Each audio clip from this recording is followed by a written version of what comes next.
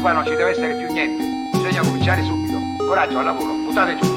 Dico bene, dottore? Sì, grazie. Arrivederci, ragazzi. Ci vediamo in un prossimo film. Lo speriamo.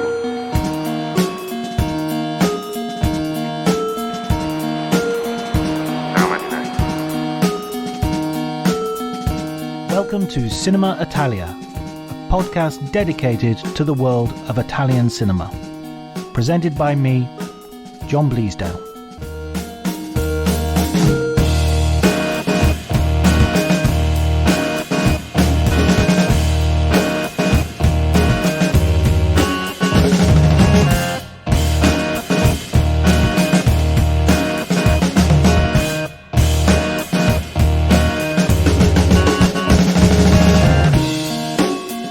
Hi everybody, my name's John Bleasdale. I am a writer and film critic, and welcome to Cinema Italia. Today I am going to be talking to Abel Ferrara. We have a bit of a lively interview. It certainly gets off to a bit of a cantankerous start, but I don't know if I'm flattering myself, but I would consider this like somebody bouncing a ball very hard at you and seeing if you can catch it or if you flinch away. Hopefully I caught it. Interviews seemed to go okay after that. Afterwards, I've also included a masterclass which was recorded at Taormina Film Festival earlier this year. It's been edited to get rid of some of the translations that were going on, but otherwise it's really just Abel shooting the shit about Pasolini and various other matters pertaining.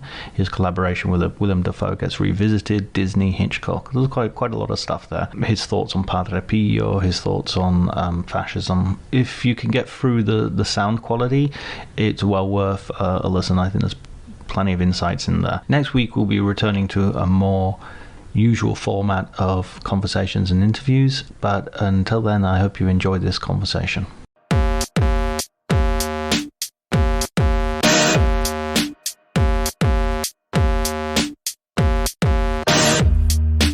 Talk to me, bro. Come on. Okay. What is it going to be? You going to shoot it or are we going to No, talk we're not it? shooting. We're just All right, talking. so what does it care Okay. if I'm standing on my fucking head? Come on. Okay, fair Don't enough. stop busting my balls. Let's go. Okay, so you're here in Italy. And you've had this collaboration with Willem Dafoe, which you're celebrating here. How important is it for a director to have a collaborator who they can repeatedly go to and work with? If it's Willem, it's great. If it's Willem, it's great. If somebody's not Willem, it's not, these relationships are based, like any relationship, is based on trust. And trust is developed. It's not like boom. It's not automatic. It just doesn't happen. It's something got to be worked on, and it's got to be worked on through experience. Okay, so When did you feel like you had that trust with Willem? Was there a sort of point where you just thought, or was it instant? no, it wasn't instant at all. In the beginning, we fucking battled and warred, and then, it became better. You see, you make a film. The thing about working with good actors is they've been in a lot of movies, which means they get burned a lot. You get it? Okay, so they're like wary. It's just the nature of the beast. Okay, so you got to work on it, and then they got to see the movie when it's done, which is always 6 months after you start. So if I'm working with a new actor, we're not going to have that lock until he sees what we did 6 months later. Right. You understand? Yeah, so it's gonna be reciprocal. So then he sees it. You understand? So 6 months later, he watches the movie. Because you could do great work and the movie could suck. Right. Do you understand? Yeah. There's the whole process. The director has to edit the movie. It's not just working with the actor on the set. That's only a small part of it. Okay? So when he sees that, and then you're in lockstep, then we go to the next film, and we go again. Then we both come to Rome. Then we're living across the street from each other. Then he's the godfather of my child. Then he's, you know what I mean? Now we're doing 3 films, 4 films. We're working on the process from the beginning. Right. And still, we got to prove it all night, man. We got to, every day we come to work, him and I have got to find, an agreement. We got to find wait, you get what I'm saying? Yeah. Yo, Being in Taormina, and you've obviously, living in Rome, and you've got huge influence from Italian cinema. You made Pasolini. Yeah. Well, who were the? You could also Pasolini, but who were the Italian everybody directors? after the war, there's that period from the war ended, they all were going at it. And it wasn't just the directors. We had the cinematographers, the writers. Pasolini started off as a screenwriter for Fellini, you know what I mean? The designers, the whole community of filmmakers. Kind of began after the war. I guess it ended with Salo. It kind of ended with Pasolini getting killed. That was like, That was the end of that. Yeah, I was going to ask, do you think there's been a real decline in Italian cinema? Because I ain't passing judgment, man. I just know when I watch those movies, I'm on fucking on fire. You know what I mean? Yeah. Is there some that you go back to as a sort of to refresh yourself when you're shooting? No. Okay, so you recently worked on the film with Padre Pio. Si. And how was that? Because I mean, Padre Pio, I've lived in Italy for 20 years, and that's right. a photograph that you see in every house. Yeah, right. Every drug dealer's house, back of every truck, it's either him or Maradona. Yeah. You know, the new deities. Yeah, I mean, I was attracted, like, who is this guy? What's going on? Then I found out he was born in a town right next to my grandfather's, born the same year as my grandfather. I was very close to my grandfather growing up in the Bronx. So I had like a different kind of surreal attraction, you know what I'm saying? And what can I tell you? You know, we researched it like we did anything else. We did a documentary, and then, you know, he's like Pasolini. The more you learn, the more powerful he is, you know? I mean, as a writer, hey, man, you're looking better and better every day. Okay, yeah, what's you gotta go easy on that tequila, homeboy, you know? So it's like, you know, he's a great writer. I mean, it just letters, books is fantastic. You know? And how was it working with Shia LaBeouf on that movie? Yeah, it's fucking, he brought it, bro. He brought it. He was living it, and he brought it, you know. What do you think of that? So it seems to be every 2 years you have a cycle of conversations about like the method, and it's often misconceived as well, that version of acting where you immerse yourself.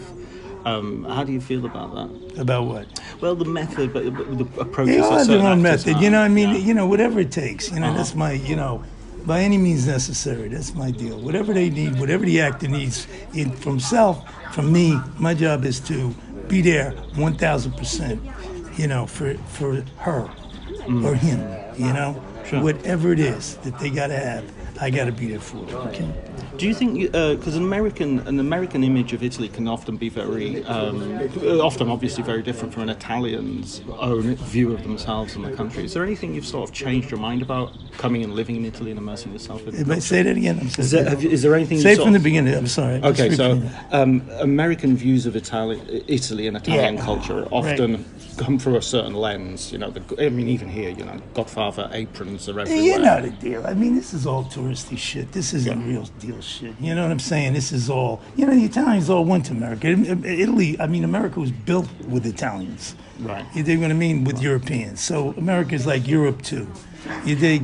And the people who locked into that, I was raised in that culture. You understand? When I was brought up in the Bronx, my father and my uncles were born in New York. Right. They didn't speak a word of English till they went to school. Right. Think about that. Yeah. Being raised in New York, being 6 years old, and you can't speak English. Yeah. You understand what that means? Yeah. I mean, I was raised totally Neapolitan.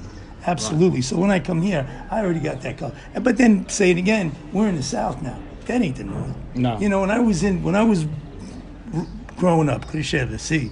Yeah. Solo Napoli, solo Sud Italia, Siciliano, Brese. I never even heard of Milano. There's no, you know, Florentina people in New York, Torino, these towns, you know, understand? So it's, you know, a particular place, you know. I mean, it depends. You know, America's a big place, man. You know, it's gigantic. So. Our Northerners went to Switzerland and Argentina. Who? Yeah. The Northerners went to Switzerland and Argentina. Yeah, Italians go all over, man. Everywhere you go, you're going to find an Italian. That's just kind of... Well, I think that's enough. Thanks, man. Thanks. Appreciate it. John, by the way. John, nice to meet you. Oh, very nice to meet you. Thank you.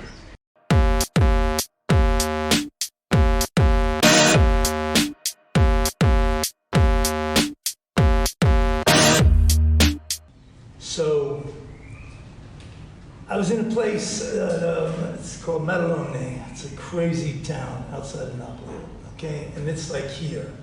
And Pietrelcina is here. And my grandfather, mio nonno, è nato Sarno, which is here. So it's like a holy triangle. Mio nonno molto importante per me, quando crescevo in the Bronx, okay? When I grew up in the Bronx, my grandfather was the patron. He was like, I loved him. And he was born the same year, basically the same place. So I had this spiritual connection. I knew I wanted to make a movie about him. I didn't know what. Okay? Our process is we do a documentary first. Okay? We shoot a documentary. We did a really cool documentary. Documentary means me and the screenwriter take our phones, get in the car, and go. Okay? Beat by beat. Pietrelcina, where he was born, the fields where he had his visions, where he slept, the people who actually knew him that's still alive. Then we went to, when he made his journey from his mother's house, Pietrelcina, going from the countryside of Napoli to the Gargano Mountain, it's like going to the moon. For a young Italian kid like that, it's like going to the fucking moon. It's a different language, a different culture, a different everything. And there he began his vocation, questioning it. I knew I didn't want to make a film about a saint. I want to make a film about a kid wondering because also, like Pasolini, Padre Pio is a brilliant writer. And all of his inner thoughts are all in his letters from this particular period, from when he was still undecisive, still questioning, still having radical visions, until he had the stigmata. In the research, in 1919, there was basically the first, in my mind, the first battle of World War II. Okay, happened in this tiny town called San Giovanni Rotondo. Okay, the soldiers were. Where is that? That's in the Gargano, Puglia, like the Achilles heel of up in the mountain. It's a beautiful place. Up on the mountain. What happened is that the soldiers came back. Okay, it was the first free election in Italy, 1919. Okay, like Washington D.C. 2 years ago, the left won and the right refused to accept the election. In my mind, in other words, they had the election. The left won. The right now refuses to let them into office. This is the first free election. Okay. Anyway, I don't want to give away the movie, but the bottom line is the event was for the first time in, say, 50 years, but for the first time in the 20th century, the right actually started shooting. La prima volta che la destra cominciava a sparare fisicamente. Because the Russian Revolution had just happened. So the paranoia of the church, the landowners, and the aristocracy, yeah, they weren't going to let what happened. Because remember, fascism. I mean, no offense to the German people here, but fascism was invented here. Yeah, sure. Yeah. Okay, this is a total Italian deal. Yeah. You dig the Fascismo clothes. era una cosa italiana di origine. You know what I mean? All the fucking hand signals, this thing. It's all D'Annunzio. D'Annunzio came up. It takes a poet to come up with all this bullshit. You know what I mean? The cool black shit, the fucking medals, the fucking demonic crap, all the fucking hand signals. Medali, It's all fucking, gesti, it's all Italian shit. animali. And so after after it happened in this town, it happened quick. I mean, at this point, Mussolini was a socialist newspaper publisher. And then it went right, and it went fast, and it went hard. Okay. But at the moment of this event, this massacre, Padre Pio had a stigmata.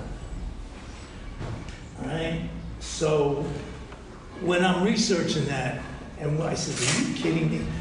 This is an event that does not taught in Italian schools." I mean, for me, this is like Fort Sumter. It's like Bunker Hill. Who else has got a real question? I have a question.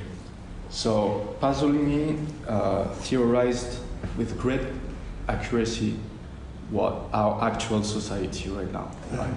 I mean, the communication machine Right. has eaten every step and spaces of real creativity, the one we were talking. Maybe you got it. Go ahead. So for young filmmakers, it's becoming very hard to not fall in that trap. And actually, the majority of filmmakers, young filmmakers or whatever, enter in the world of cinema like they enter in a worldwide company. You know? So that's my state of cinema. I'm a filmmaker in Paris. You're a director in Paris? In Paris, yeah. Okay. What's your state, your actual state of cinema right now? My state of cinema. Me personally, I'm shooting. You know, I'm actually shooting today because I'm doing this thing where we're going to have like a kind of a day-to-day streaming thing. I'm doing a documentary. I was in Kiev, and I'm kind of doing, and I'm also shooting Patti Smith. Okay, so I'm doing that, and I'm writing a script with, you know, working on something new. So, Lui sta girando un documentario in Kiev, e anche sta facendo qualcosa su Patti Smith. C'è un altro film che sta preparando adesso.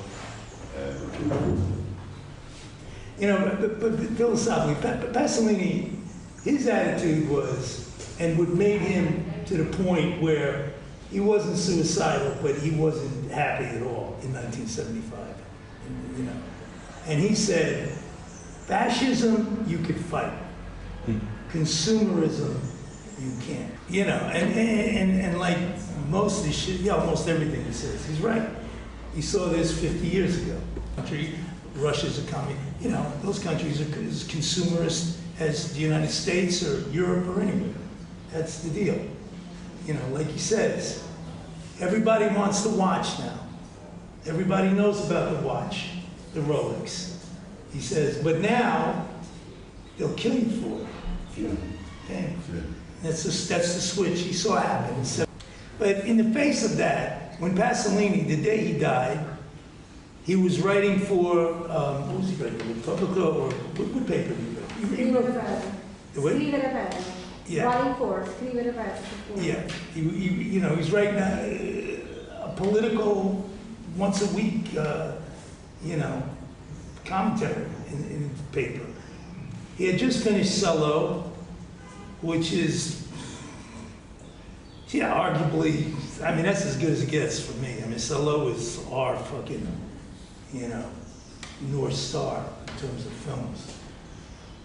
He had written a brilliant script called Pornotea Colosso, which we shot a scene of, Pasolini, that scene within the movie with Nino Davoli.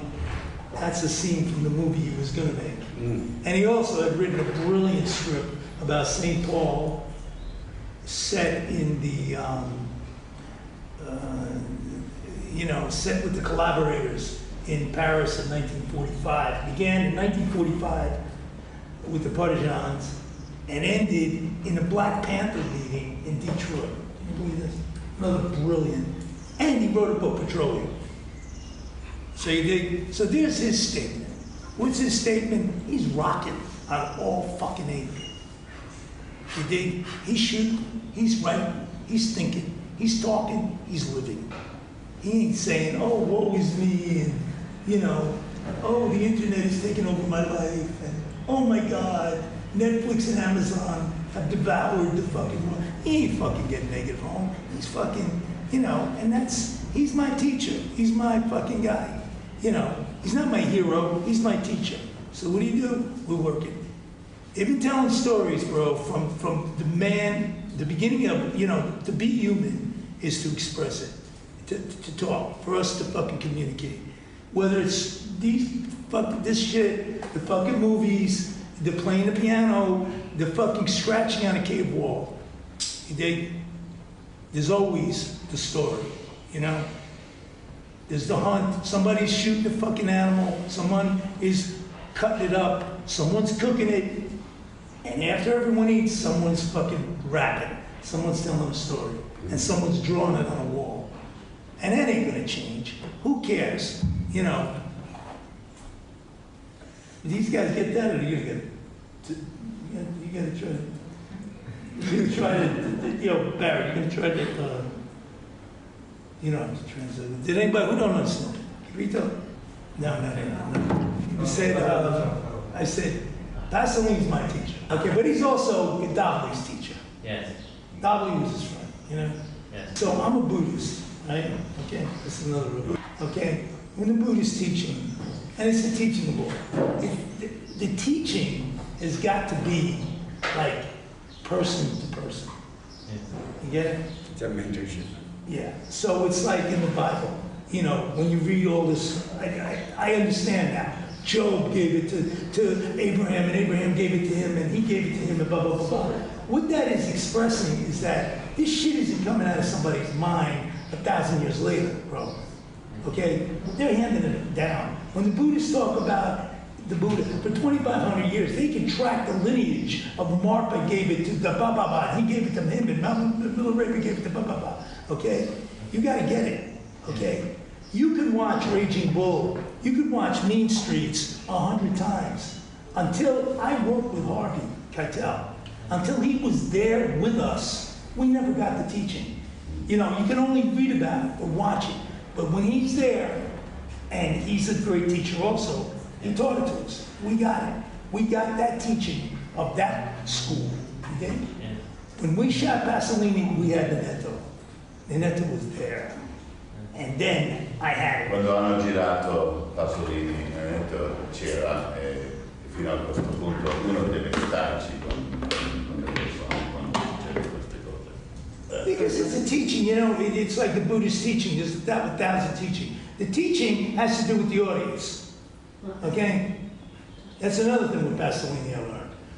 When someone asks him a question, like you were asking me a question, right? I just gave you the answer, because I'm going one-on-one. Pasolini would never do that. If you were going to interview Pasolini, he wanted to know, who am I talking to? Are you from Germany? Are you from the United States? Who's your audience? Am I talking to 12-year-olds? Am I talking to dead people? Who the fuck am I talking? Like, you understand? It's not just he's spouting shit out. He's speaking in a specific place to a specific group of people at a specific time. Okay? So, we don't know the context he said that. We know his action. His action is he never stopped writing. You went through a tough period. You went through this alcoholism and everything else. And then after that, one of the things you did was Padre Pio. Is that a coincidence or? Nothing is a coincidence. I mean, you know, what do you mean? There's What's a something coincidence? religious. I mean, the first movie I made was Welcome to New York. Actually, 2 movies about 2 addicts, 2 sex addicts, which we were that too, you know. Okay, 2 sex addicts. Dominique Strauss-Kahn, okay, Welcome to New York. This is the first film I made sober. Second one, Pasolini. Pasolini, we love him, he's our teacher. Come on, dog, you know, get real with this guy. I mean, I got a lot of friends that they think they're Romeos, but this guy never slept with somebody older than 21, this is Pasolini. And he never slept with the same person. What it is, you know, and But you think that was like a compulsive, like an obsessive thing, like a sex addiction? What do you think? You go to train station every night at 10 o'clock? Yeah. I mean, you dig what I'm saying? Every night, it was like, now, if this was 10 o'clock, Pasolini would just say, guys, thanks a lot. It was like going to church, going, like, you know, Italians, in Italy, 1 o'clock, we eat. Right? 1 o'clock. Now 1:10, now 1:30, you get it? When we shoot, when I work in Italy, and we've got German people and all my American guys, they don't, my American guys think we're crazy. Because lunch to an American is you're eating a sandwich while you're working. Okay? I don't care what. And now I'm all in. Son of a, okay?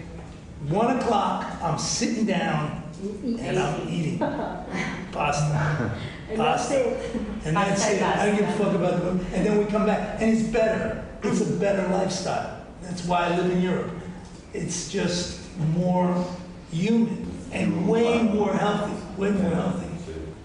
To eat standing up, which is an absolute American deal trip. You know, when I go to New York, I see people, everybody's walking and eating. I've never seen an Italian eat and not sitting down. That's just not. Italiani non mangiano Sometimes. a piedi. Sometimes I buy something, like, I buy like, you know, whatever, prosciutto or Parmesan, and I just want to taste it while I'm walking home. I can't wait. Non può aspettare finché arriva a casa per mangiare un pezzetto di prosciutto che ha comprato.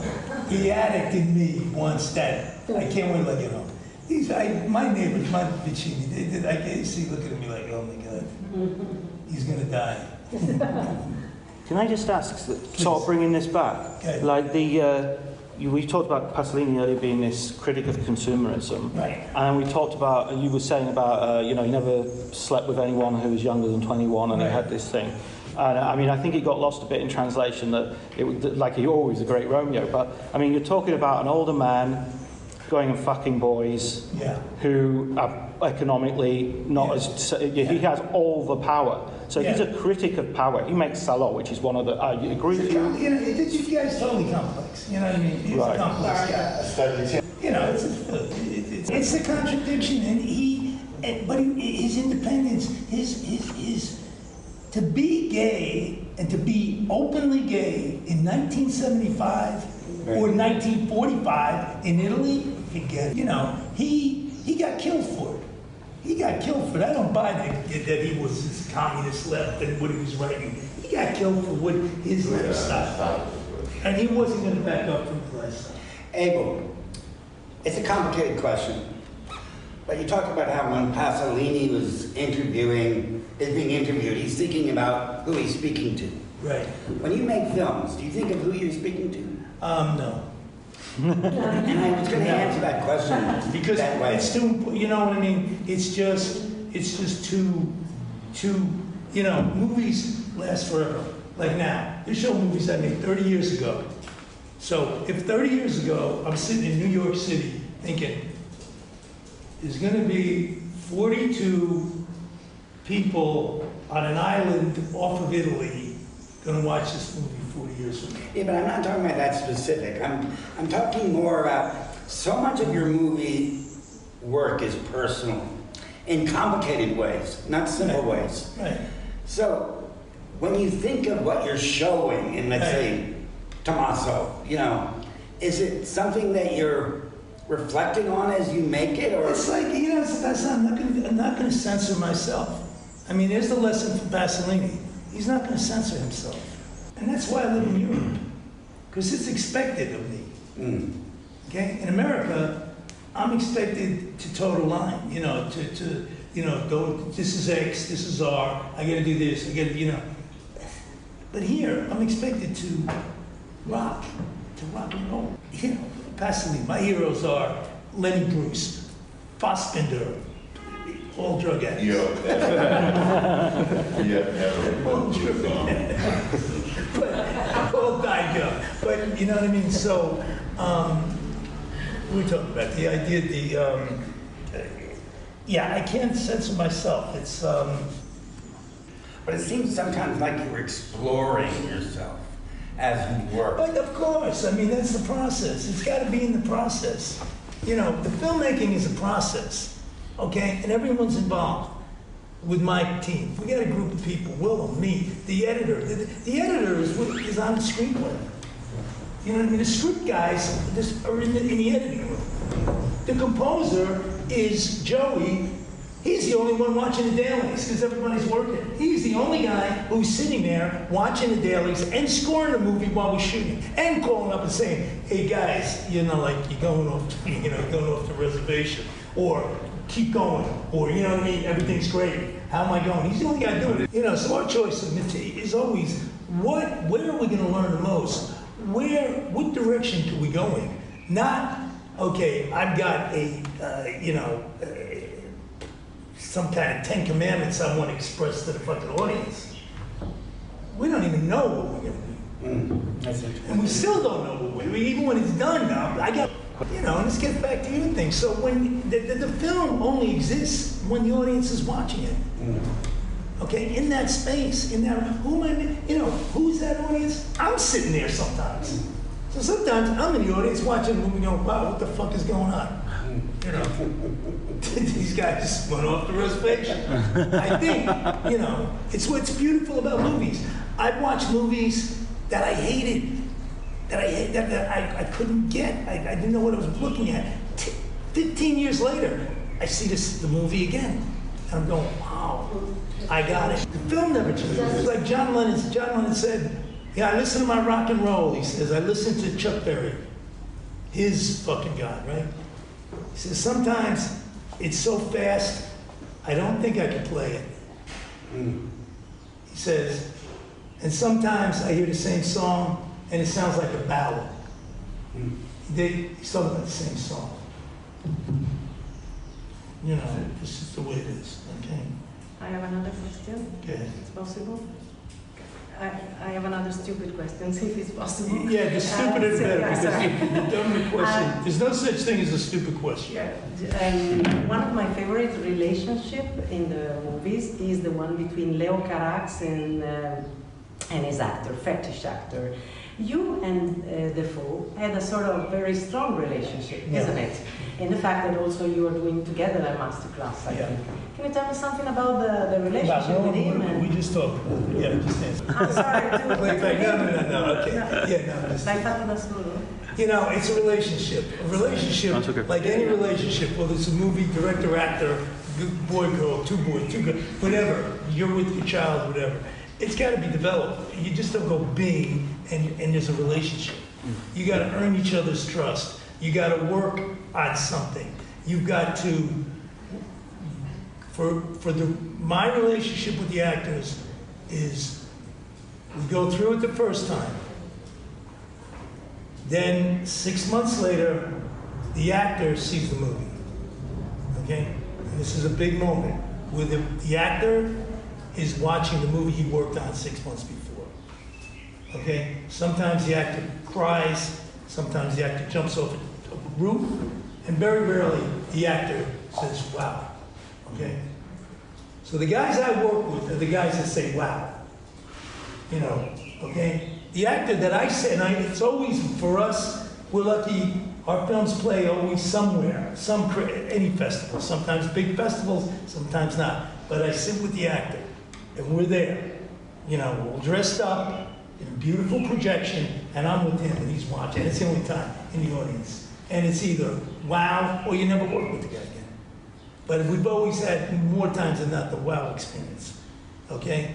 But you still have to go to the next one, you know? And then you have to, you know, it's Bruce Springsteen. You got to prove it all night in a relationship, always. You know, Buddhist shit, man. One breath at a time. You know, NFL football, Belichick.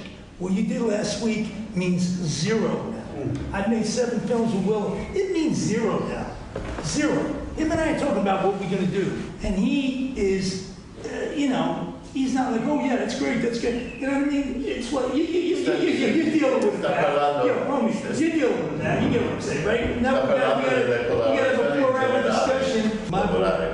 My boy's got a vision of the world. I mean, Willem is so different than so many of your works. It's not like there's one Willem. No kid. It's like quite the opposite. Yeah.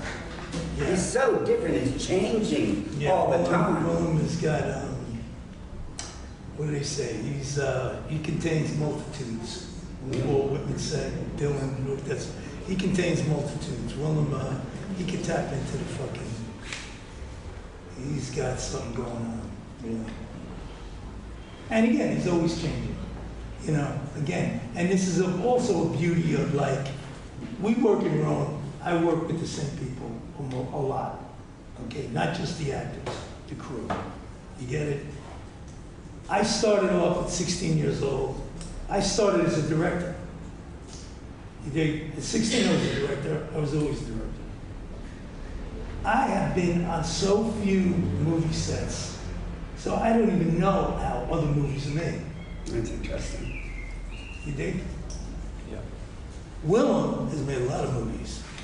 Yeah, he's made a ton of them. Yeah, and he's made them with some funky guys. He's worked with some brilliant guys. He's worked with young guys.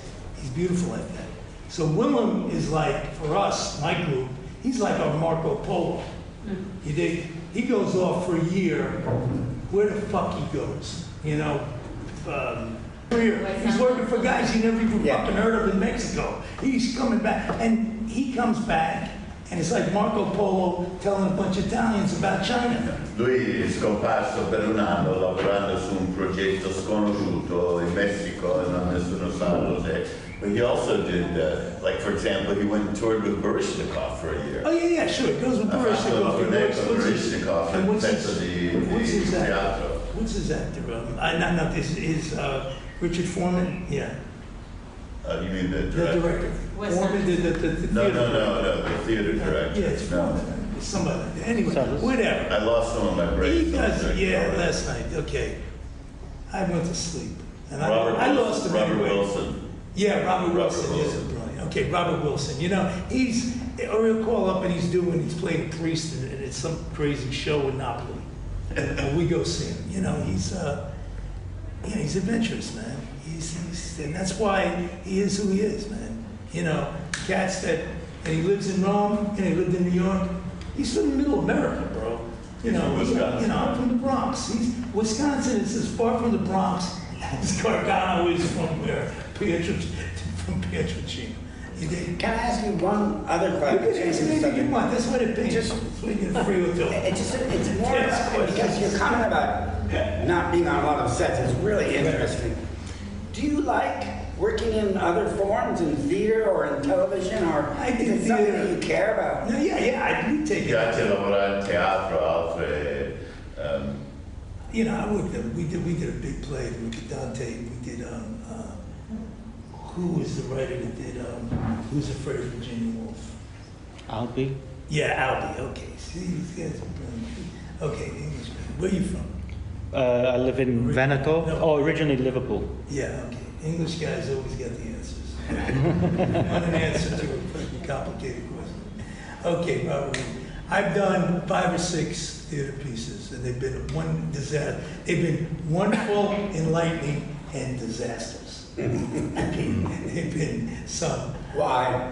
Because when you got to do it every single night, and you know, and again, I used to do them high as fuck, you know, and when you use drugs, you work with people who use drugs. It was like, just in case you run out, you know, the actor has. You don't want to work with anybody who doesn't use drugs. You just don't understand it. But anyway, you know, it's like the first time I did a very big, this was a big theater piece. This was Albany. It was in a big, beautiful theater in Napoli. It's like you work with an actor, and then they go on stage, and it's like, take one. You know, you're sitting in the audience, and the guy is doing everything we said we weren't going to do. Like, we rehearsed for a fucking month, and the rehearsal was totally out the window. And I just wanted to stand up and say, all right, cut. But I'm in the theater. I'm in the box in the theater, all dressed up. I said, what the fuck is this guy doing? You should have been there at halftime or at the intermission of the first play. I got those actors together. I said, guys, I'm burning the curtain. I'm burning the stage. Okay? We worked for a month talking about all these things.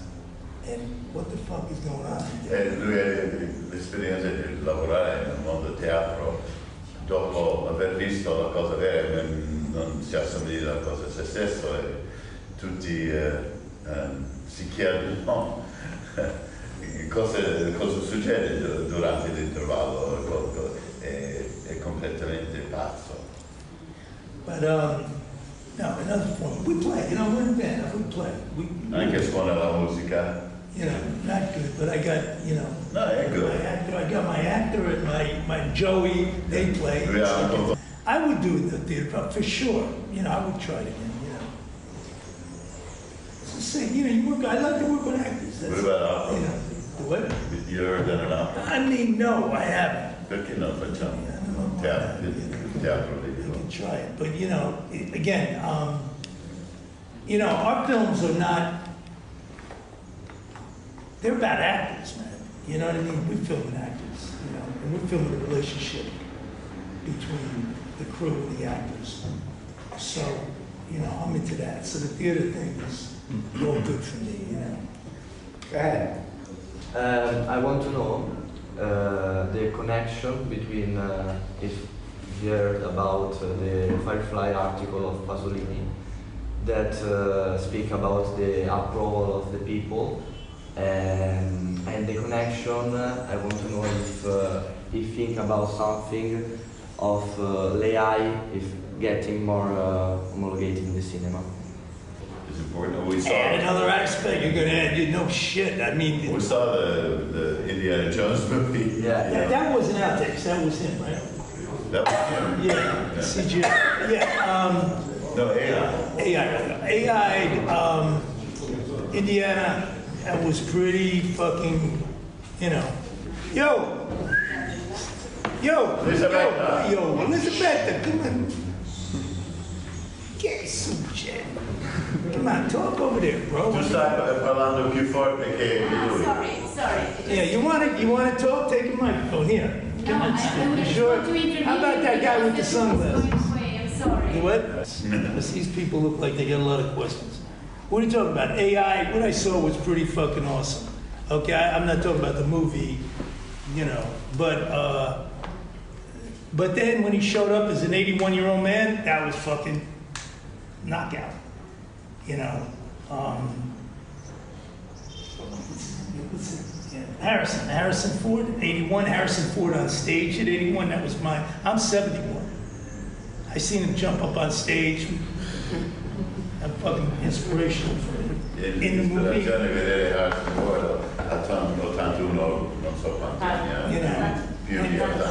You know, in that movie. Scenico così dice che lui ha 10 anni meno. You know, in that movie. Impressionante. You know, I think he needed his boy Spielberg. I think, yeah, he definitely needed Steven for that one. But,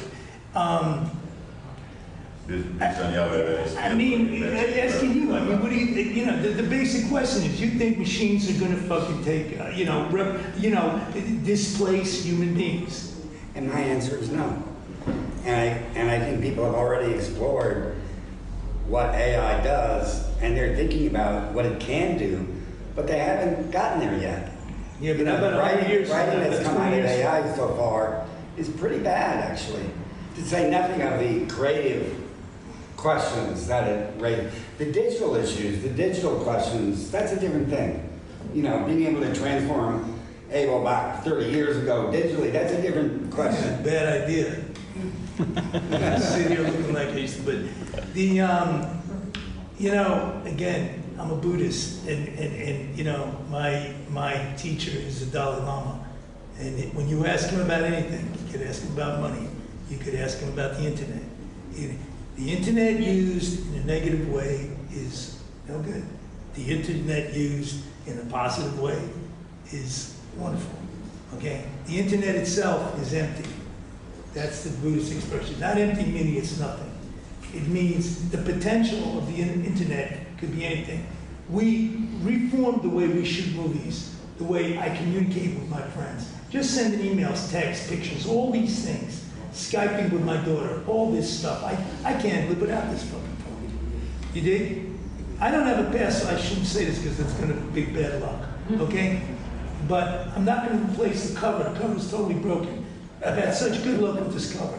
I never let this phone out of my hand. That's how I know. I don't put it down. I sleep with it in my pocket, no matter what cancerous, you know, carcinogenic fucking deal is that. But if you spend all night gambling and fucking watching pornography, the internet is fucking negative to you. You know, if you fucking, it's not the internet, bro. L'internet può essere negativo, può essere positive, dipende che l'uso che se ne fa. Go ahead. Do you still go to movies often? No, but I know very rarely. But I went last night, and you guys should see this film. Barrett, when I came, brought a really wonderful movie that showed last night called 1001 by A.K. Rockwell. Yeah, you got to see this movie, guys. You gotta see this movie. So naturally, Indiana Jones, there was a line about a mile long, and there was 80,000 people there. This movie, she could have showed it in my hotel room.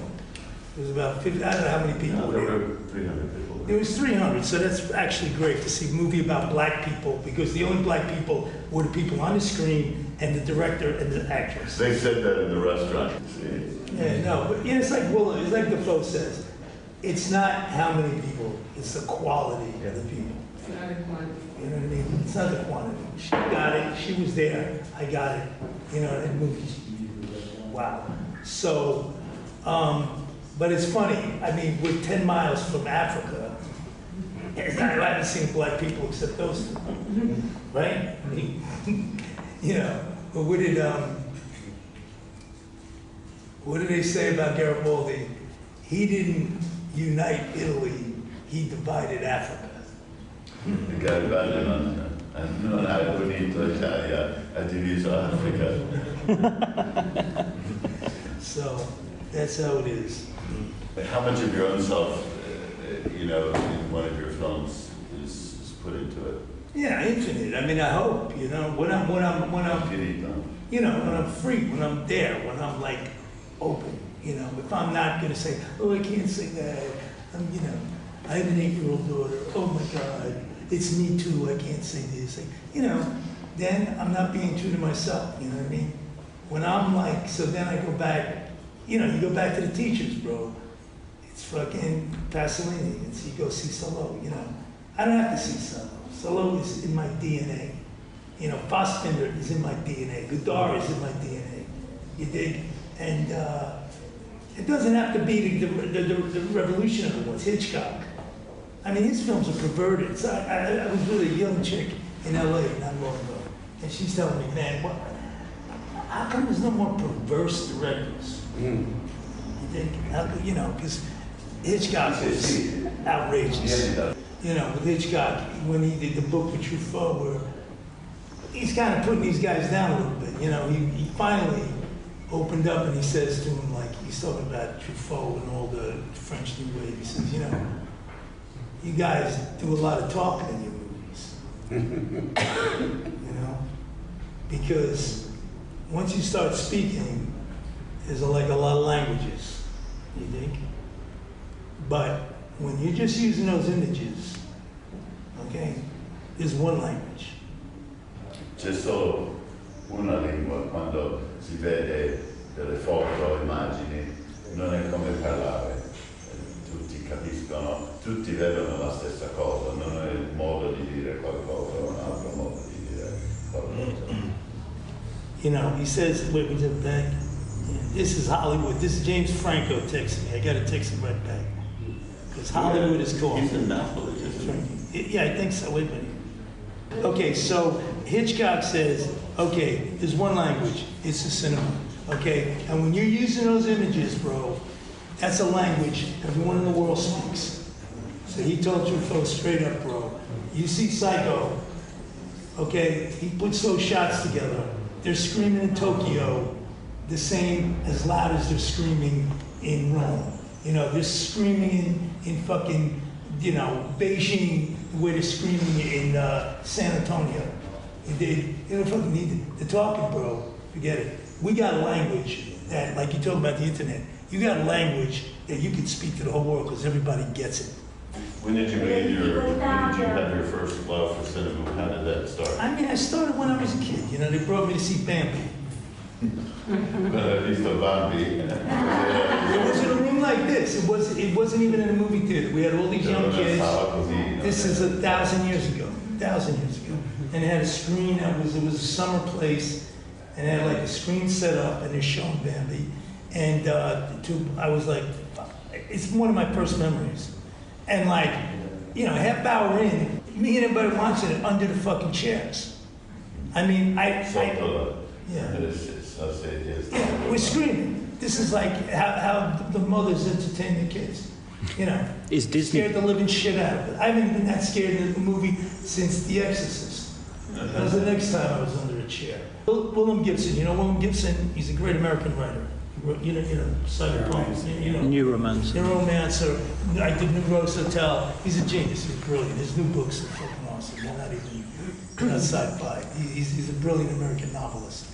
Yes, here she is, Patricia Rivera. She's an actress of mine who, notice, she comes, she's here for the ending. She comes because as an actress, she comes when she wants. And the director is happy to see her. Okay. In other words, why were you so fucking late? Because that's how William she rolls. Gibson, yeah. Willem will be the first person here, guaranteed. But anyway, so let me say this about Gibson. Here's a Willem Gibson deal. So we're talking about, they're asking the first movie I ever seen was Bambi. And I was 4 or 5, and I was under the seat watching it. And this was back in the day, it really wasn't even television. But what Willem Gibson says, okay, is that unlike any other art form, the cinema teaches you how to watch it. You don't have to be taught to watch a movie. The film itself teaches you. We're sitting in a theater, we're all 5 years old. No one, to read a book, I've got to be taught. To paint, I've got to be taught. But for a movie, us 5-year-olds, the first 15 minutes of that movie taught us how to even see 2 pieces of film together and come up with whatever. So by minute 40, we're all screaming out of our minds while the mother is being burned to death in front of a kid. Thanks, guys. Thanks, Mr. Disney. Is he perverse then? Would you put him with Hitchcock as a perverse director, Disney? Yeah, what? Hitchcock? No, Disney. Is he perverse? He's a fascist motherfucker. He's a fucking Hitler-loving motherfucker. I mean, what is he diverse? I mean, I didn't even know how to express it. It's like, this is Pasolini's take, consumerism. Here's a guy who's sitting on a fucking subway, okay, without 5 cents in his pocket in New York. He's sitting, get this chick. You want to talk here? Oh, sorry. Okay, no, give her a microphone. I'm dying to ask you a question. Okay, well, let me answer the question he had. She wants to ask a question. How about this guy's question? What was now you made me forget his question. I was asking if Disney's perverse. I don't want to put down Walt Disney. I mean, the guy's sitting in a fucking subway, okay? He's an artist. He's sitting there and he draws a fucking mouse. He probably saw a rat on the subway, okay? He draws a freaking mouse, okay? And that's the end of the world now. I mean, there is American consumerism taking over the world. So this mouse now is running the freaking world. That he came to, but what was it? It was a moment of creation. It was a moment of a guy all by himself, alone, sitting on a subway because he didn't have money to take a taxi, coming up with a simple one-line drawing that made $80 zillion, changed the fucking world. For good or bad, don't ask me. Back to John Ford. How do you expect me to have the answer to that? All I know is these guys weren't big on hiring Jews. And it was World War II where, you know what I'm saying? And he ran the culture. I grew up Disneyized. My old lady was from Moldavia. She don't let my kid deal with Mickey Mouse. Okay? You dig? She's got it. And my kid ain't fucking being no slave to fucking Mickey Mouse. Sta parlando di questo mondo tipo Disney, dove lui stava sul metro. Does what your daughter do influence you? What? What she might like, I have an 8-year-old. Anna. When I was a drug addict, and I'd be working, and people would come and show me I have 2 other daughters, but people would show me pictures of their kids. I would say, I think I knew this, there's 600 million people under, say, 7 years old. So I look at the picture and say, you want me to look at 700 other million people before we start working today? Like, why am I looking at your fucking kid? You know what I mean? Okay. Now, everybody thinks their kid is cool. My kid is the coolest. Anna is cool. She's cool. Yeah, she's totally cool. She makes movies, she acts in our movies, and she acts in the movies because she's good.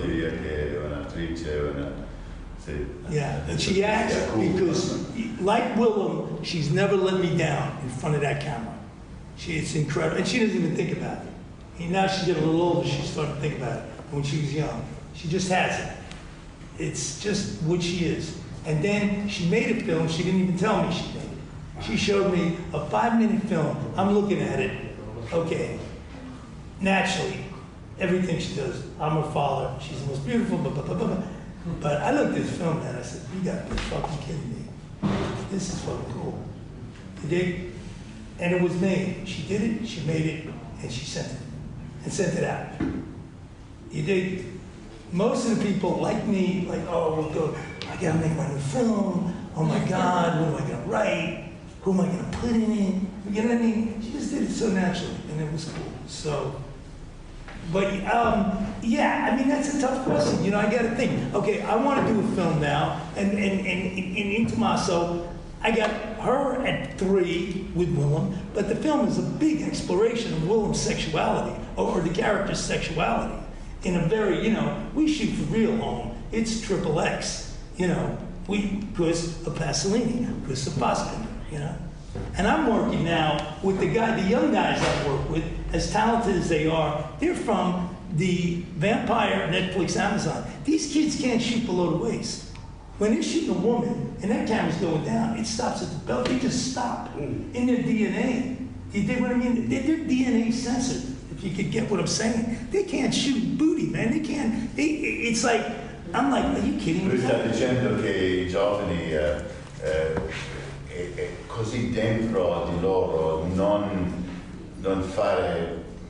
essere naturale, l'atteggiamento di adesso di non essere troppo sessuale, tutte queste giorni di essere, abbiamo, cosa si dice adesso, woke culture.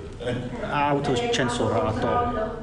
You know, but this, you know, this whole thing is like the Elizabethan. It's like swings, man. You know, I grew up in a hippie time. I mean, it was free. You know, when I grew up, the women around me, all the chicks, for them, makeup was like a crucifix to a vampire. I mean, all the young beautiful chicks. Il trucco era come un... He's not even, nobody's here as old as me. Okay, believe me, 1969, 1970, these chicks, they're not shaving, they're not fucking putting makeup on, they got their freaking jeans on, and it's like, that's the lifestyle. Now, the #1 watched fucking thing on internet is chicks making themselves up, right? Right, that's the thing. The most hits of anything in the world is watching a chick, I'm gonna lift the gun and then beam it to a quick cut, right?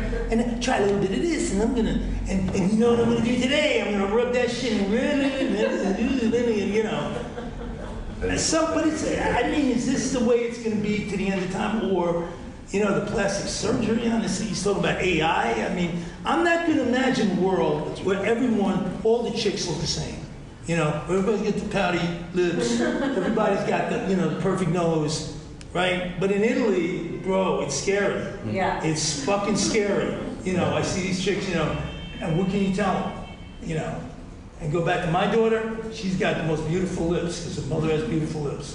So she's got the Angelina Jolie, okay? Her nose is cool. I'm not saying because my daughter, she's just the most beautiful girl in the world. No, but anyway, I don't know, you know, I don't know. Hey, so everybody looks the same and everybody is AI'd. And so there's the future. I'm not going there, bro. I'm clean, I'm sober, I'm optimistic, I'm positive. I ain't thinking that. Pasolini wasn't, man. You dig what I mean? In 1975, he was down, he was hardcore. His section, he went from being a hippie, he was a real hippie in 68, 69. Love, peace, the whole fucking open shit. 75, he was S&M hardcore. Hey, he was looking for kids that one of them ended up killing him. You dig? And that kid was 15 years old, you know what I mean? So,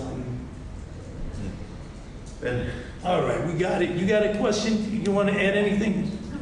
As somebody who's